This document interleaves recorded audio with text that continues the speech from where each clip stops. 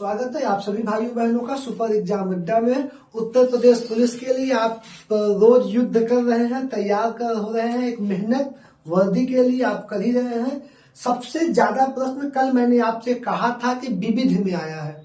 किस में आया था? विविध में आया था। तो विविध में कुल 140 प्रश्नों के आसपास है, जिसमें हमने क्या किया, लास्ट प्रश्न हमारा क्या था, विक्रम सेठ की पुस्तक पे हमने बात किया था 20 टेस्ट पे। ठीक, यहां से हम लोग आगे बढ़ेंगे। अगला प्रश्न हमारा कौन सा हो जाएगा, हरिवंश राय बच्चन द्वारा लिखी गई आखिरी कविता का नाम बताएं। हरिवंश राय बच्चन द्वारा लिखी गई आखिरी कविता कौन सी है? तो बेटा हरिवंश राय बच्चन की जो डेथ हुई थी वो 2003 में हुई थी। इनकी मृत्यु 2003 में हुई थी और इनके द्वारा लिखी गई जो आखिरी कविता है वो है अग्निपथ।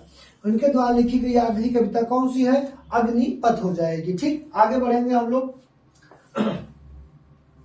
निम्नलिखित में से कौन सा शहर बहरीन की राजधानी है? निम्नलिखित में से कौन सा शहर बहरीन की राजधानी हो जाएगी? अब यहाँ पे आपको बेटा 4 शहर के नाम दिए गए हैं। पहला है बेरूत, ये भी कहीं की राजधानी है। मनामा भी राजधानी है, दोहा भी राजधानी है और अंकारा भी राजधानी है। तो इसमें आपको बताना है अंकारा कहाँ की राजधानी है। तो अंकारा आपको पता है तुर्की की राजधानी हो जाएगी। अंकारा कहाँ की राजधानी हो जाएगी? तुर्की की राजधानी हो जाएगी। बहरीन की राजधानी कौन सी हो जाएगी? बहरीन की राजधानी हो जाएगी मनामा। बहरीन की राजधानी क्या हो जाएगी? मनामा हो जाएगी। फिर आपके सामने क्या आएगा? दोहा, दोहा व बेरूत। तो दोहा कहाँ की राजधानी हो जाएगी? दोहा हो जाएगा कतर की राजधानी। दोहा हो जाएगा कहाँ की राजधानी? कतर की राजधानी। और बेरूत लेबनान की राजधानी हो जाएगी। कहाँ की हो जाएगी? लेबनान की राजधानी हो जाएगी। बेरूत हो जाएगी अपनी लेबनान की राजधानी। ठीक, तो ये आपका यहाँ पे हो गया। कहाँ का पूछा है? बहरीन की पूछा है। बहरीन की मनामा हो जाएगा। ऑप्शन सी हमारा इसमें सही हो जाएगा। कौन सा ऑप्शन सही हो जाएगा जी? ऑप्शन सी वाला हमारा सही हो जाएगा। ठीक, सी वाला। अगला प्रश्न, सेम प्रश्न ये भी, आगे बढ़ेंगे। भारत के पहले हिंदी भाषा का अखबार, भारत के पहले हिंदी भाषा के अखबार का नाम बताइए जिसे पहली बार 30 मई 1826 को प्रकाशित किया गया था। UP police 2018। यूपी पुलिस 2018 का प्रश्न है कि पहले अखबार का नाम बताइए जिसे 30 मई 1826 को प्रकाशित किया गया था। दैनिक भास्कर, पत्रिका, देशबंधु या उत्तंड मार्तंड। तो बेटा पहला अखबार है, पहला हिंदी भाषी अखबार जो प्रकाशन हुआ है उत्तंड मार्तंड हो जाएगा। आपका बी वाला यहाँ पे क्या हो जाएगा? उत्तर हो जाएगा। ठीक,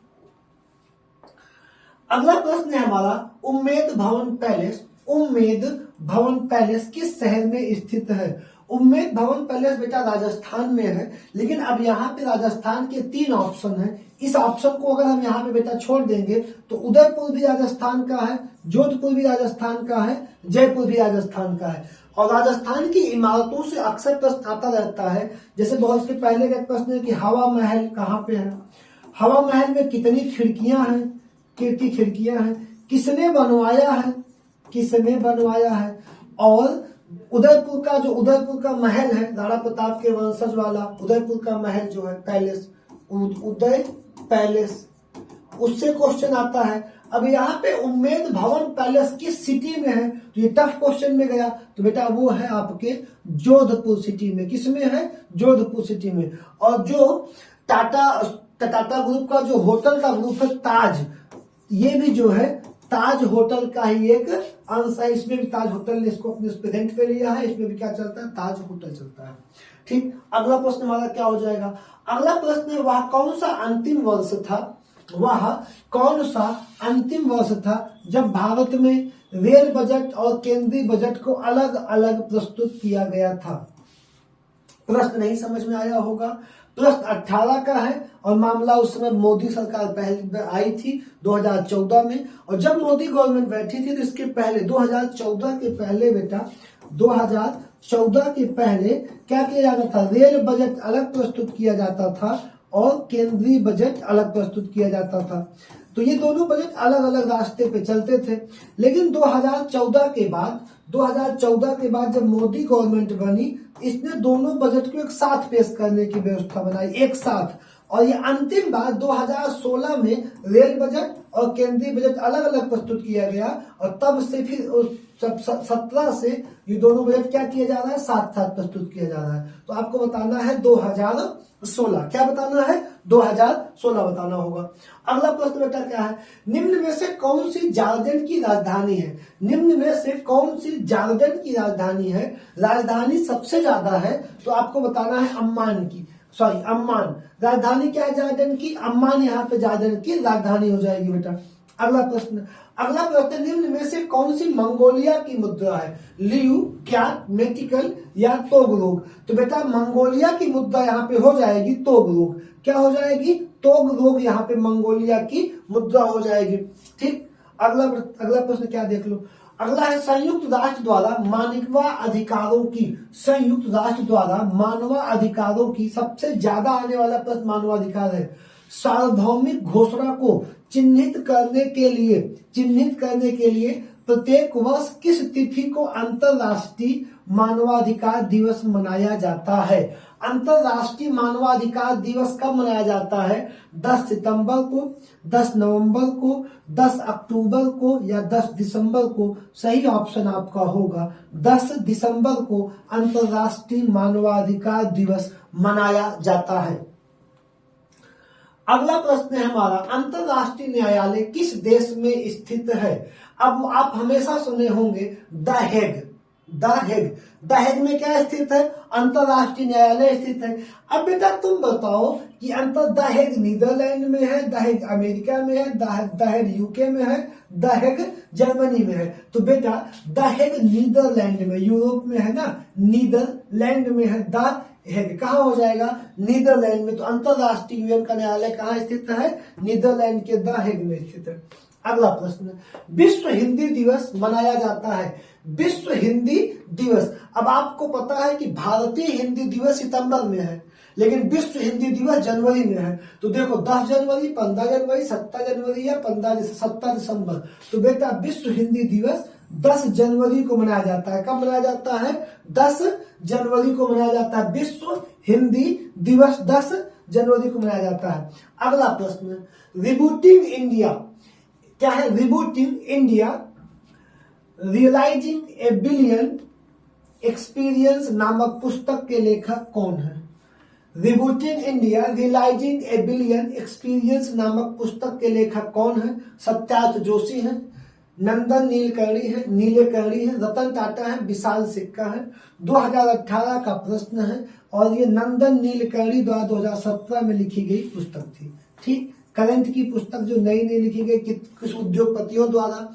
जैसे 23 में तुम देने जा रहे हो तो कुछ सेना के रिटायर्ड अधिकारियों द्वारा पुस्तक लिखी गई है, कुछ बड़े उद्योगपतियों द्वारा पुस्तक लिखी गई है। तो उसको तुम विशेष रूप से देख लो कि कौन सी पुस्तक किसके द्वारा लिखी गई है। जो कब हो, 21 और 22 में, 23 में एग्जाम, सॉरी 22 और 24 में तुम्हारा एग्जाम हो रहा है, विशेष 23 पे देखना। ठीक, यहाँ पे क्या हो जाएगा, नंदन नीलेकर्णी हो जाएगा।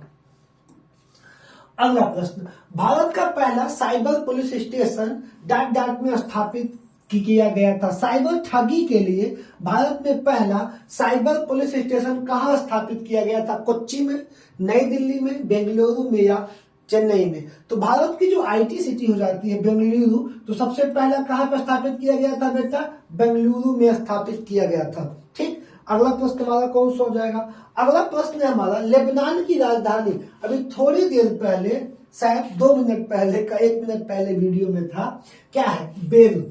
लेबनान की राजधानी बेरूत। 18 का भी प्रश्न वो भी था और 18 का ही प्रश्न बेटा ये भी है।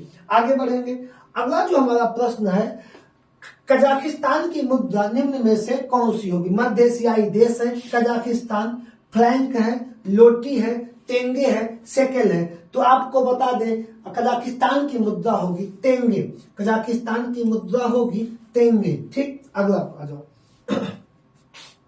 संयुक्त राष्ट्र द्वारा पीने, धोने, खाना पकाने और उचित स्वच्छता को बनाए रखने के लिए अनुशासित न्यूनतम पानी की मात्रा प्रति व्यक्ति प्रतिदिन कितनी लीटर तय की, कितने लीटर तय की, 50 लीटर, 20 लीटर, 75 लीटर या 10 लीटर। तो खाना बनाने, नहाने, धोने, यार ये बहुत दोनों बहुत कम हो जाएगा, तुमको समझ में आ रहा होगा। और ये थोड़ा ज्यादा भी दिख रहा है, तो आपको कितना बताना है, 50। कितने लीटर, 50 लीटर, ठीक, 50 लीटर। 40 से 50 लीटर का अप्रॉक्स लगाएंगे, 40 आएगा तो हम 40 लगाएंगे, नहीं तो 50 है तो हम 50 को आगे बढ़ेंगे, ठीक। 50 लीटर हमारा उत्तर हो जाएगा बेटा। अगला प्रश्न हमारा क्या है, फ्रैंक हिल्टर द्वारा निम्न में से किसका आविष्कार किया गया। किसके द्वारा, फ्रैंक हिल्टर द्वारा किसका आविष्कार किया गया। विद्युत चुंबकत्व का, बेंजीन तरल गैस ऑप्टिकल ग्लास का, विद्युत प्रवाह प्रेरण का, या जेट इंजन का। कल भी ये प्रश्न था, फ्रैंक हिल्टर द्वारा जेट इंजन का आविष्कार किया गया। किसके द्वारा, फ्रैंक हिल्टर द्वारा जेट इंजन का बेटा। अगला, कश्मीर द वाजपेयी ईयर्स नामक किताब का लेखक कौन है। कश्मीर द वाजपेयी ईयर्स नामक किताब का लेखक कौन है किताब का। संजय जैन, R.N.P. सिंह, A.S. दुलत और वरुण यादव। इस किताब की लेखक है बेटा A.S. दुलत। कौन है, A.S. दुलत। ये किताब लिखे हैं जिसमें क्या, कश्मीर द वाजपेयी ईयर्स। सूचना प्रौद्योगिकी संशोधन अधिनियम, सूचना प्रौद्योगिकी संशोधन अधिनियम 2008 27 अक्टूबर को लागू हुआ। 2009 को लागू हुआ, 2016 को लागू हुआ, 2001 को लागू हुआ, या 2005 को लागू हुआ। तो बेटा यह लागू हुआ 2009 को। कब लागू हुआ, 2009 को यह लागू हुआ। अगला प्रश्न है, सीरिया की राजधानी क्या है। ओलेप्पो, सीरिया की अलेप्पो, दशमिक, हमास, हमाह या होम्स। तो आपको बताना है सीरिया की राजधानी क्या है, जल्दी से बताओ। अलेप्पो है, दशमिक है, या आपकी क्या हो जाएगी, हमाह है, या होम्स हो जाएगी। बताओ जल्दी कमेंट करके। कल से राजधानी राजधानी राजधानी मैं बोल रहा हूं ना आपको। सीरिया की राजधानी आपकी हो जाएगी दमिश्क। क्या हो जाएगी, दमिश्क, ठीक। आगे बढ़ेंगे। अगला है, म्यांमार की मुद्रा निम्न में से कौन सी है। एकदम हमारे तुम्हारे जस्ट बगल का देश है और उसकी मुद्रा तुमको बतानी है। क्वात है, नायरा है, रियाल है, या क्रोन है। तो म्यांमार की मुद्रा है क्यात। म्यांमार की मुद्रा क्या है बेटा, क्यात हो जाएगी। अगला प्रश्न, मानवाधिकार कार्यकर्ता कृति भारती किस सामाजिक बुराई के विरुद्ध लड़ाई में शामिल है। सामाजिक बुराई के विरुद्ध लड़ाई में शामिल है कृति भारती। महिलाओं पे तेजाब हमले, बाल और बधुआ श्रम, बाल विवाह, सर पर मैला ढोना, बाल विवाह। कृति भारती मानवाधिकार कार्यकर्ता हैं जो किसके लिए विरुद्ध हैं, बाल विवाह के विरुद्ध शामिल है, ठीक। अगला प्रश्न हमारा क्या हो जाएगा, भारत और पाकिस्तान के बीच किस वर्ष शिमला समझौते पर हस्ताक्षर किए थे। 1970, 1972, 1974, 1976। बेटा 1972 में भारत और नेपाल के मध्य शिमला समझौते पर हस्ताक्षर हुआ था। अगला प्रश्न, 11 दिसंबर 2014 को संयुक्त राष्ट्र संघ ने 11 दिसंबर 2014 को संयुक्त राष्ट्र संघ संकल्प 59/131 के द्वारा योग के अंतरराष्ट्रीय दिवस के रूप में को घोषित किया गया, ठीक। योग के अंतरराष्ट्रीय दिवस के रूप में घोषित किया गया। सिर्फ इतना ही तुमको प्रश्न है कि योग दिवस, अंतरराष्ट्रीय दिवस कब घोषित किया गया। घोषित कौन करता है अंतरराष्ट्रीय दिवसों को जो पूरे विश्व में मनाया जाएगा, संयुक्त राष्ट्र करता है। मोदी सरकार के आने के बाद 21 जून को अंतरराष्ट्रीय योग दिवस के रूप में घोषित किया गया। कब से, 2014 से मनाया जाएगा। कौन घोषित करेगा, संयुक्त राष्ट्र संघ घोषित करेगा, ठीक। अगला प्रश्न क्या है, अगला प्रश्न है, वर्ष 1943 में विटामिन के आविष्कार के लिए को नोबेल पुरस्कार दिया गया था। विटामिन के आविष्कार के लिए किसको दिया गया था। EC, Kendall, Doisy and Dam, Stanford Moore, Carl Linnaeus. तो बेटा डोइजी एंड डैम को विटामिन के आविष्कार के लिए क्या दिया गया था, नोबेल पुरस्कार दिया गया था। अगला प्रश्न है हमारा, inside IB and the rolling stone that gather moss. Inside IB and आपको पता है कि ये भारत की इंटेलिजेंस है, दूसरी भी है लेकिन ये भारत के बाहर काम करेगी। The rolling stone that gather moss किताब के लेखक कौन थे? अशोक चतुर्वेदी, विक्रम सूद, केसी वर्मा, के शंकरन नायर। तो यहाँ पे हो जाएंगे के शंकरन नायर किसके लेखक हो जाएंगे? इनसाइट, आईबी एंड रॉ के लेखक हो जाएंगे। ठीक, अगला प्रश्न है, एक अनाधिकृत कंप्यूटर प्रोग्राम एक अधिकृत कार्यक्रम की तरह व्यवहार करता है जिससे वह वास्तव में क्या कर रहा है उसे छुपाता है। इस संभवतः क्या कहते हैं? ट्रोजन हॉर्स, वायू, डिडलिंग या स्पैमिंग। ज्यादातर बच्चे इसमें 90% बच्चे स्पैमिंग पे जाके टिक कर देंगे। किस पे टिक कर देंगे? स्पैमिंग पे, क्योंकि उनको ये सारे शब्दों का मतलब नहीं पता है सॉफ्टवेयर के वर्गों में, तो जाके कर देंगे। लेकिन जब क्या कर रहा है कि एक अनाधिकृत कंप्यूटर प्रोग्राम एक अधिकृत कार्यक्रम की तरह व्यवहार कर रहा है। एक अनाधिकृत कंप्यूटर प्रोग्राम जो एक सॉफ्टवेयर तुमको दिखा के काम कर रहा है, जिससे वास्तव में क्या कर रहा है उसे छुपाता है, और जो नहीं कर रहा वो आप देखते रहते हैं, उसको संभवतः कहते हैं ट्रोजन हॉर्स। क्या कहते हैं बेटा? ट्रोजन हॉर्स कहते हैं। लेकिन लगभग बच्चे इसमें यही टिक मारते हैं स्पैमिंग, क्योंकि ये शब्द कभी ना कभी उनको सुनने को मिल चुका है स्पैमिंग, इसलिए उसको टिक करते हैं। ठीक, अगला प्रश्न हमारा क्या होगा?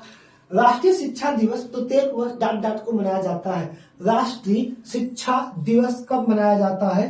तो राष्ट्रीय शिक्षा दिवस बेटा सितंबर में मनाया जाता है, और सितंबर की यहाँ पे सिर्फ एक डेट दी हुई है, तो आप बिना कुछ सोचे विचारे अगर सितंबर की और डेट होती तो याद करना पड़ता हमको, लेकिन इसमें एक ही डेट दी गई है, तो उठा के किसको मार दिए? 17 सितंबर को टिक मार के आगे बढ़ जाओगे। निम्न में से किस रोमानी काव्य लेखक को उनकी कीर्ति मदनाष्टक के लिए जाना जाता है? मदनाष्टक मतलब रहीम दास की रचना है, रहीम जी की। ठीक है, आप यहाँ पे क्या कर देंगे? रहीम टिक करके आगे बढ़ जाएंगे। ठीक, मदनाष्टक रहीम जी की रचना हो जाएगी। अगला प्रश्न, निम्न में से कौन एक वैज्ञानिक होने के साथ साथ एक महान उद्योगपति भी थे जिन्होंने भारत के कई उद्योगों की स्थापना की? सीवी रमन, विक्रम साराभाई, जेसी बोस, होमी जहांगीर बाबा। तो बेटा विक्रम साराभाई उद्योगपति हैं और वैज्ञानिक होने के साथ साथ विक्रम साराभाई। ठीक, अगला प्रश्न क्या है भैया? ए बेटर वर्ल्ड पुस्तक के लेखक कौन है? ए बेटर वर्ल्ड पुस्तक के लेखक कौन है? किरण बेदी, एन.आर. नारायण मूर्ति, सुधा मूर्ति या शशि थरूर। तो यहाँ पे बेटा एन.आर. नारायण मूर्ति किसके लेखक है? A better India, a better world. ठीक, शशि थरूर, किरण बेदी की नई बुक आई हुई है, इनकी भी आई है, सुधा मूर्ति की भी आई है। 2022 या 23 आप देख लीजिएगा, 23 जरूर इन किताबें आई है। अच्छे क्वेश्चन यहाँ से बनते हैं। ठीक है ना, अगला चलते हैं। भारत के राष्ट्रीय दैनिक दिवस, भारत में राष्ट्रीय देखो यहाँ सितंबर में मनाया जाता है। अब यहाँ दो डेट ये हो गई, अब सितंबर में मनाया जाता है, तुमको पता है, तो ये भी सितंबर है, तो एक डेट टिक मार दो। 14 सितंबर को ये, 14 सितंबर राष्ट्रीय, ठीक, 14 सितंबर को। इसमें जब सितंबर क्लियर है तो तुम नवंबर गलत काट दो, जून दिसंबर तीनों गलत कट जाएगा, अपने आप सितंबर फाइनल उत्तर आ जाएगा तुमको, बिना कुछ सोचे विचारे। ठीक, अगला प्रश्न क्या है? अगला प्रश्न है हमारा, मानव अधिकारों की सार्वभौम घोषणा का अनुच्छेद 6 किससे संबंधित है? मानव अधिकारों की सार्वभौम घोषणा का अनुच्छेद 6 किससे संबंधित है? पहला है कानून के समक्ष एक व्यक्ति के रूप में मान्य का अधिकार होना। पहला है कानून के समक्ष एक व्यक्ति का मान्य का अधिकार होना। दूसरा क्या है हमारा? सक्षम न्यायाधिकरण द्वारा प्रतिकार का अधिकार, मनमानी गिरफ्तारी और निर्वासन की स्वाधीनता, कानून के समक्ष समानता का अधिकार, कानून के समक्ष समानता का अधिकार। आर्टिकल 6 कहता है कानून के समक्ष समानता का अधिकार, कानून के समक्ष समानता का अधिकार। अब तुम अनुच्छेद वाले आर्टिकल में मत जाना, भाग 6 में सब तो भारत पाकिस्तान नागरिकता की बात कर रहा है बेटा। ये मानव अधिकार के आर्टिकल है जिसपे क्या कर रहा है कि सभी को आर्टिकल 6 है। अगला प्रश्न क्या है? किस पड़ोसी देश को लैंड ऑफ थंडर ड्रैगन कहा जाता है? याद जानते हो ये प्रश्न क्या है? ये प्रश्न यहाँ आया है, पेट 2021 में आया है, यूपी SSC के कम से कम 5 एग्जामों में प्रश्न आया है। Thunder dragon. अब ड्रैगन, अब जब किताब आप पढ़े होंगे इसमें बड़े टीचर खान सर ने पढ़ाया था कि थंडर बोल्ट ड्रैगन नहीं पढ़ाया है। इसमें बहुत सारे टीचरों ने बेटा पढ़ाया था थंडरबोल्ट।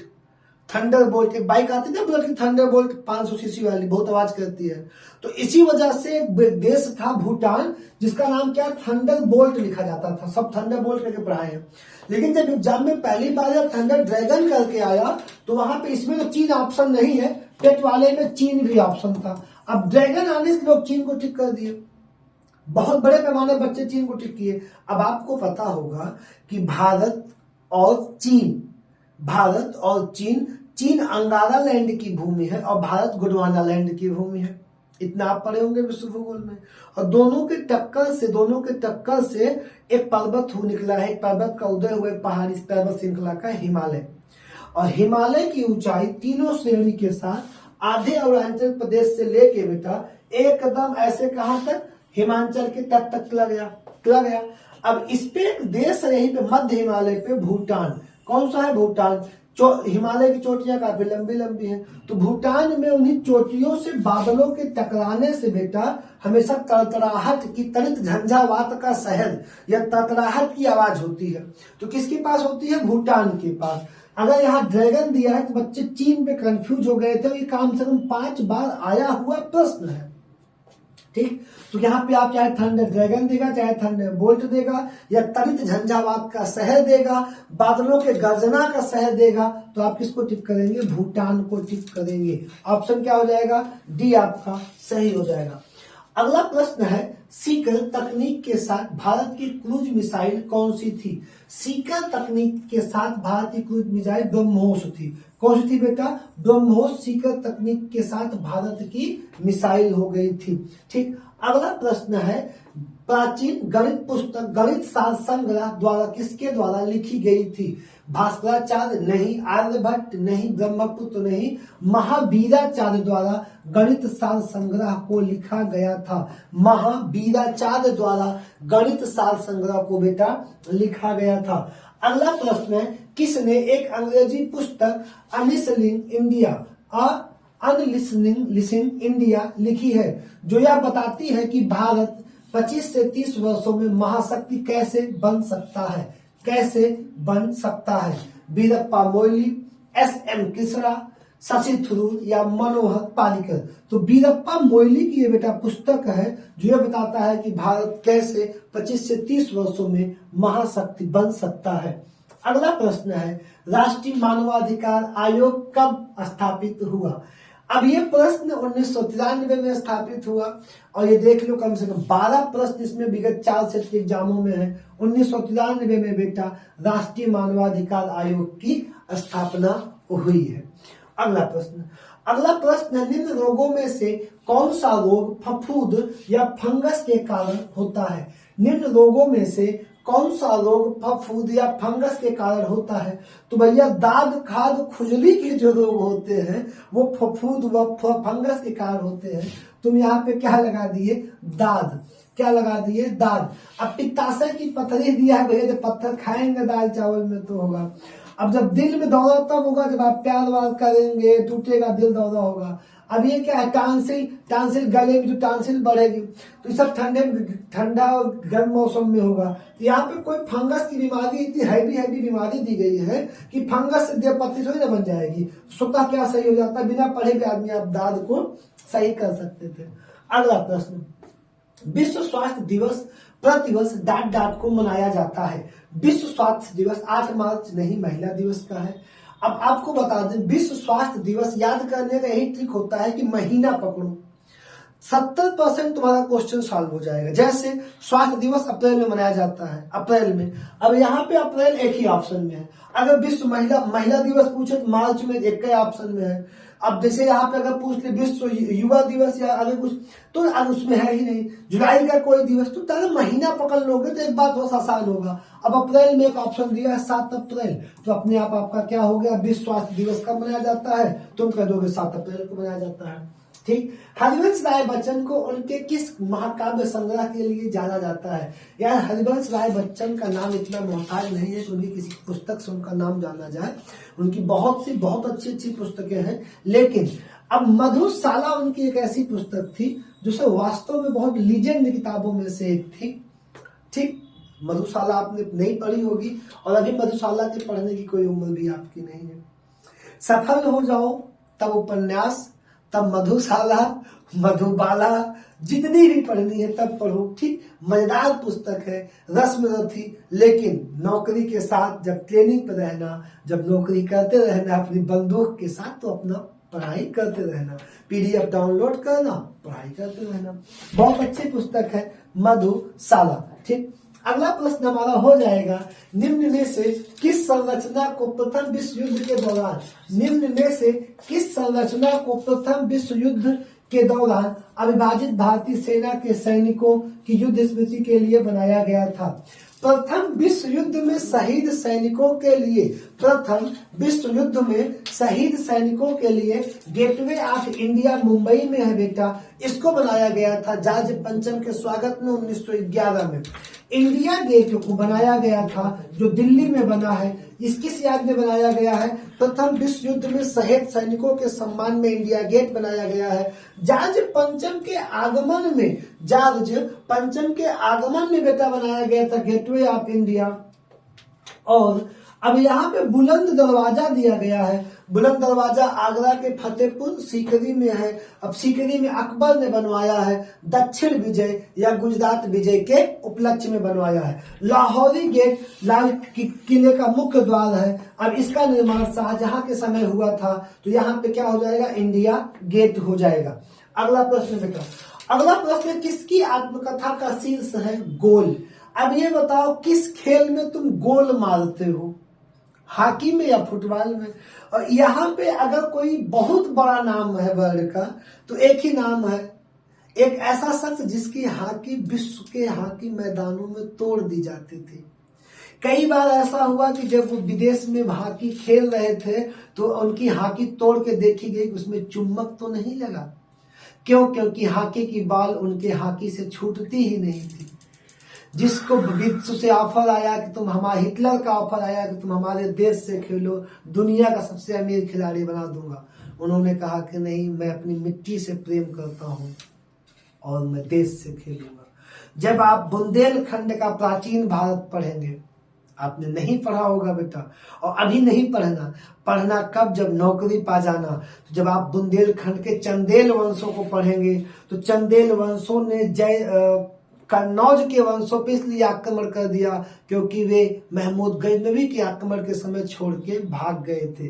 तो भारत एक ऐसी माटी का देश है जहां पे एक लाइन आती है आलाखंड में, माई से बढ़ के मातृभूमि बा, माँ से बढ़ के बा मातृभूमि बा, ठीक। वही बुंदेलखंड का जोन है जहां से आलाखंड आया, और वहीं से लाइन क्या आई? माई से बढ़ के मातृभूमि बा, ठीक। अब यहाँ पे गोल की बात आई, और ये ऐसा शख्स जिसके जन्मदिन को खेल दिवस के रूप में तुम लोग बनाते हो, जिनका जन्म इलाहाबाद में हुआ, मेजर ध्यानचंद। सम्मान से लिया जाने वाला नाम मेजर ध्यानचंद, ठीक। चले आगे बढ़ेंगे। अगला प्रश्न है, वर्ल्ड वाइड वेब के आविष्कारक कौन है? जब तुम कोई चीज सर्च करते हो तो www जरूर लगाते हो।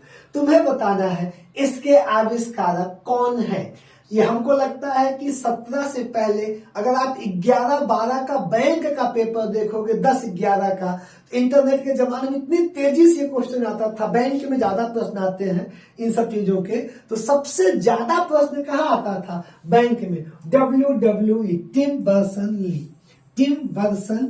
ली, ठीक है। आप आगे बढ़ेंगे। अगला प्रश्न आपका क्या हो जाएगा बेटा? भारतीय मंगल मिशन, मंगलयान का प्रक्षेपण कहां से किया गया?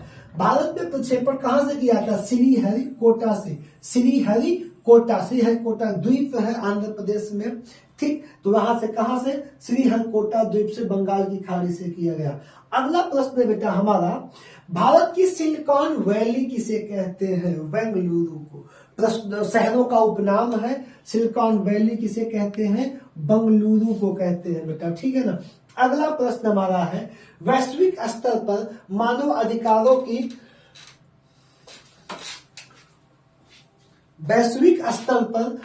अधिकारों की घोषणा universal declaration of human rights, UDHR, universal declaration of human rights का वैधानिक स्वरूप क्या है? ठीक, मानवाधिकार की घोषणा कथित, संयुक्त राष्ट्र सभा का सामान्य प्रस्ताव, यूरोपीय संघ का प्रस्ताव, सभी देशों के मूल अधिकारों का अभिन्न अंग, या आपसे कहेगा अमेरिकी संसद द्वारा पारित प्रस्ताव। संयुक्त राष्ट्र सभा का सामान्य प्रस्ताव क्या है? संयुक्त राष्ट्र सभा द्वारा पारित किया गया यह एक सामान्य प्रस्ताव है। ठीक, अगला प्रश्न है ISIS क्या है?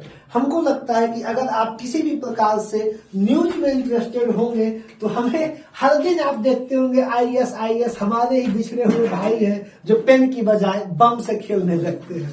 ठीक, हम आप पेन और कॉपी पे खेल रहे हैं, लेकिन हमारे कुछ भाई जो बम बना के बम के साथ खेलते हैं। तो ये है क्या चीज? यह एक आतंकवादी संगठन है। अब तुम बताओ, इस पूरे ऑप्शन में आतंकवादी संगठन का विकल्प कहाँ दिया गया है? राजनीतिक पार्टी, निर्यातक फर्म, खुफिया एजेंसी? तो कुछ ही नहीं, छोड़ दो इनको, सीधा तुम कहाँ बताओ? इराक और सीरिया के आतंकी आतंकवादी संगठन के रूप में कौन है भैया? ISIS हो जाएगा। ठीक, भारत में पूर्व की ओर देखो लुक ईस्ट नीति कब आरंभ हुई? भारत की पूर्व की ओर देखो नीति कब आरंभ हुई? आप कमेंट करें, बस एक सेकंड।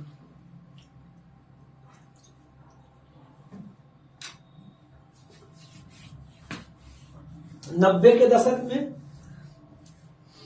70 के दशक में, 80 के दशक में, 50 के दशक में। 90 के दशक में, 70 के दशक में, 80 के दशक में, 50 के दशक में।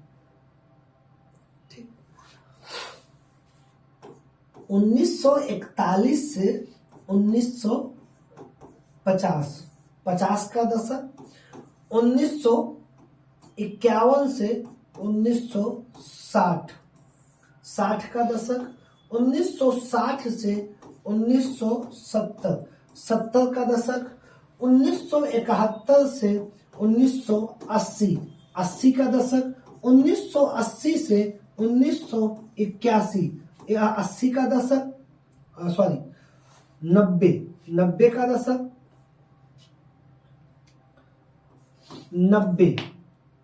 90 का दशक, और 1991 से 2000। अब यहाँ पे आपसे क्या पूछा है? 70 के दशक में, 50 के दशक में हम आजाद हुए, 80 के दशक में, तो यहाँ पे आपको ठीक क्या करना है? 90 के दशक में, जब हम थोड़ा सा अपने आप को इम्प्रूव कर लिए थे, ठीक, तब हमने क्या किया? 81 से 90 के दशक में हमने नीति दिया पूर्व की ओर देखो। ईस्ट जो हमारे 6 क्या, जो हमारे 7 राज्य हैं पूर्व की ओर, हम वहां देखने लगे। ठीक, पूर्व की ओर देखो। अगला प्रश्न क्या है? अगला प्रश्न, भारत और रूस का संयुक्त उपक्रम क्या है? भारत और रूस का संयुक्त उपक्रम क्या है? प्रश्न 2015 का है। ब्रह्मोस मिसाइल, अग्नि मिसाइल, मंगल अभियान या आकाश टैबलेट? तो बेटा, भारत और रूस ने मिलकर ब्रह्मोस मिसाइल में काम किया था। किसमें? ब्रह्मोस मिसाइल में। यह दोनों का संयुक्त उपक्रम था। क्या था? संयुक्त उपक्रम था। डिस्कवरी ऑफ इंडिया पुस्तक के लेखक Jawaharlal Nehru. Discovery of India पुस्तक के लेखक जवाहरलाल नेहरू हो जाएंगे। ठीक, अगला प्रश्न है अनसॉलिसिटेड ईमेल को क्या कहा जाता है? अनसॉलिसिटेड ईमेल को क्या कहते हैं? स्पैम कहते हैं, न्यूज ग्रुप कहते हैं, बैकबोन कहते हैं, फ्लेमिंग कहते हैं। तो जो ईमेल बहुत ज्यादा बल्क में आते हैं, जो प्रचार के लिए आते हैं, उन्हें क्या कहते हैं? स्पैम कहते हैं। क्या कहते हैं? स्पैम कहते हैं। अगला प्रश्न, अंतरराष्ट्रीय महिला हिंसा उन्मूलन दिवस कब मनाया जाता है? 10 नवंबर को। अब यहाँ पे तुमको डेट याद करनी है, क्योंकि नवंबर और नवंबर चारों ऑप्शन में क्या दिया है? नवंबर दिया है। 1 नवंबर, 10 नवंबर, 16 नवंबर की 25 नवंबर। तो अंतरराष्ट्रीय महिला उन्मूलन दिवस, हिंसा उन्मूलन दिवस बेटा 25 नवंबर को मनाया जाता है। 25 नवंबर को मनाया जाता है। तीस्ता नदी के जल विवाद किस देश के साथ है? तीस्ता नदी का जल विवाद किस देश के साथ है? अब तुम बहुत सामान्य भाषा में बताओ कि तीस्ता नदी भारत में किस किस देश में बहती है। अब ये सिक्किम भूटान की जोन होते हुए सीधा आपका बांग्लादेश और भारत में बहती है तीस्ता। तो अब इसका विवाद नेपाल से क्यों होगा, पाकिस्तान से क्यों होगा, भूटान से क्यों होगा? जब बांग्लादेश भारत में बह रही है तो विवाद भी किससे किससे होगा? बांग्लादेश और भारत का हो जाएगा। ठीक, किसका हो जाएगा? बांग्लादेश और भारत का हो जाएगा। अगला प्रश्न बेटा हमारा, भारत तथा किस देश ने आतंकवाद से निपटने तथा सुरक्षा संबंधी मामलों में परस्पर सहयोग पर सहमति व्यक्त की है? भारत तथा किस देश ने आतंकवाद से निपटने तथा सुरक्षा संबंधी मामलों में परस्पर सहयोग पर सहमति व्यक्त की है? अमेरिका ने, जापान ने, ब्रिटेन ने कि रूस ने? भारत तथा किस देश ने आतंकवाद से निपटने के मामले पे? ठीक, तो बेटा यहाँ पे ऑप्शन हो जाएगा अमेरिका। क्या ऑप्शन हो जाएगा मेरा? अमेरिका मेरा सही आंसर हो जाएगा। अगला प्रश्न क्या है? अगला प्रश्न है, मेधा पाटेकर किस आंदोलन से जुड़ी थी? मेधा पाटेकर बेटा जहां पे आज स्टैच्यू ऑफ यूनिटी बनी है वहीं पे एक बांध बन रहा था। ठीक, जो बांध आज है भारत सबसे बड़ा बांध में है। अब उसी बांध को रोकने के लिए इन्होंने एक व्यवस्था आंदोलन शुरू किया था, नर्मदा बचाओ आंदोलन। कौन सा आंदोलन लाया था? नर्मदा बचाओ आंदोलन मेधा पाटेकर ने लाया था बेटा। अगला प्रश्न, सुरक्षा परिषद के कितने अस्थायी सदस्य हैं? सुरक्षा परिषद के संयुक्त राष्ट्र सुरक्षा परिषद कितने अस्थायी सदस्य हैं? 5। कितने अस्थायी सदस्य हैं बेटा? 5 अस्थायी सदस्य हैं। अगला प्रश्न है, बोको हरम कहाँ का आतंकवादी संगठन है? तो बोको हरम बेटा जो अफ्रीकी देश नाइजीरिया का एक आतंकवादी संगठन है बोको हरम। ठीक, अगला प्रश्न हमारा क्या है? अगला प्रश्न बेटा हमारा, एक सेकंड रुक जाइए।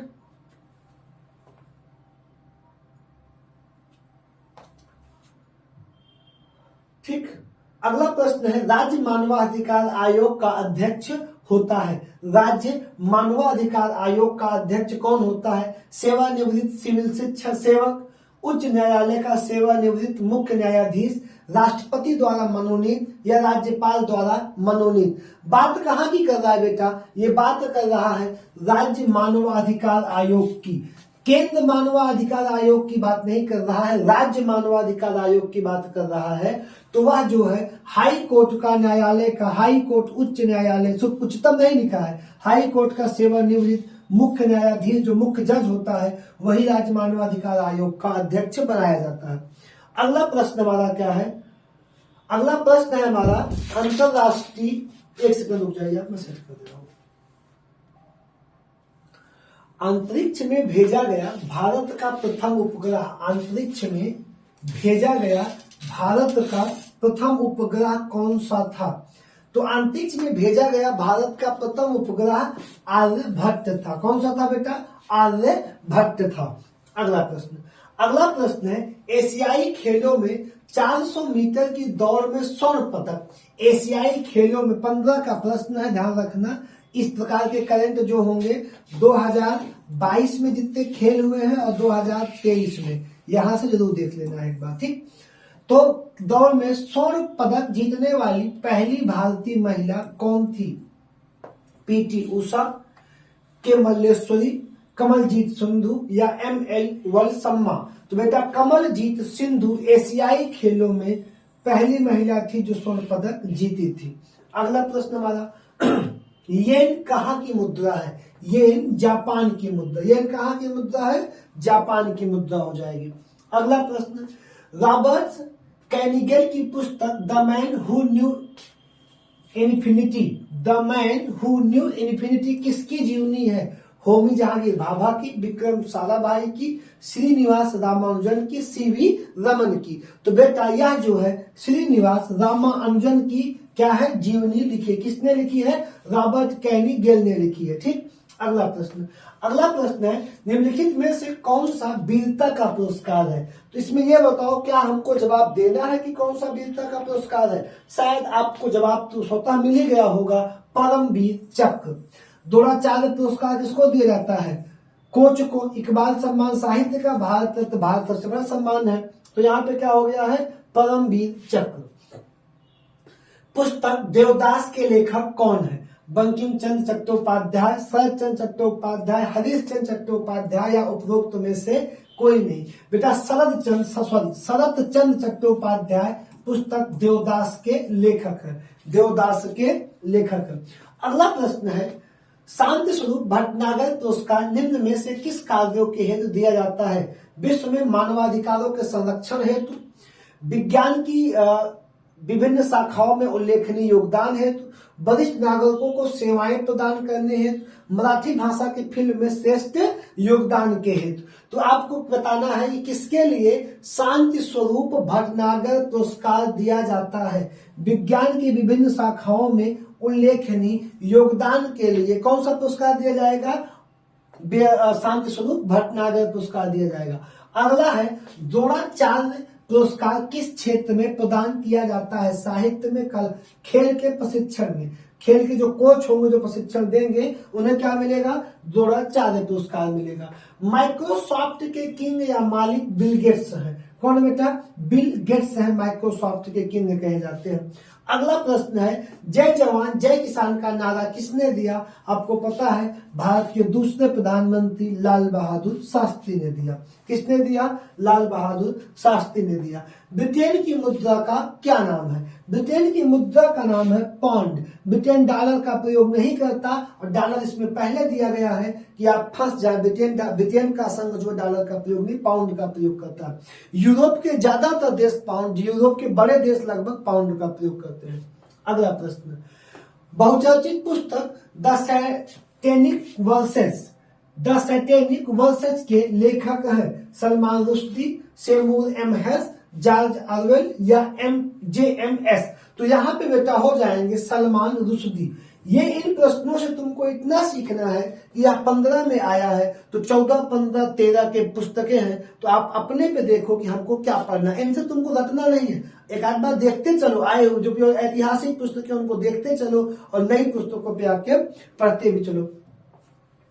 डिस्कवरी ऑफ इंडिया 19-20 में रही है, 18-17 के एग्जाम में रही है, 15 के एग्जाम में रही है। जवाहरलाल नेहरू की पुस्तक है, बहुत ज्यादा बार पूछी गई है। ठीक, अगला क्या है, साइना नेहवाल का नाम किस खेल से जुड़ा हुआ है? यहाँ पे बच्चे बहुत ज्यादा कंफ्यूज होते हैं सानिया मिर्जा और साइना नेहवाल में। तो बेटा साइना नेहवाल का नाम बैडमिंटन से है और सानिया मिर्जा का नाम किससे होता है? टेनिस से होता है। ठीक है, आपको ध्यान रखना है। पीवी सिंधु बैडमिंटन का नाम है, साइना नेहवाल बैडमिंटन का नाम हो जाएगा।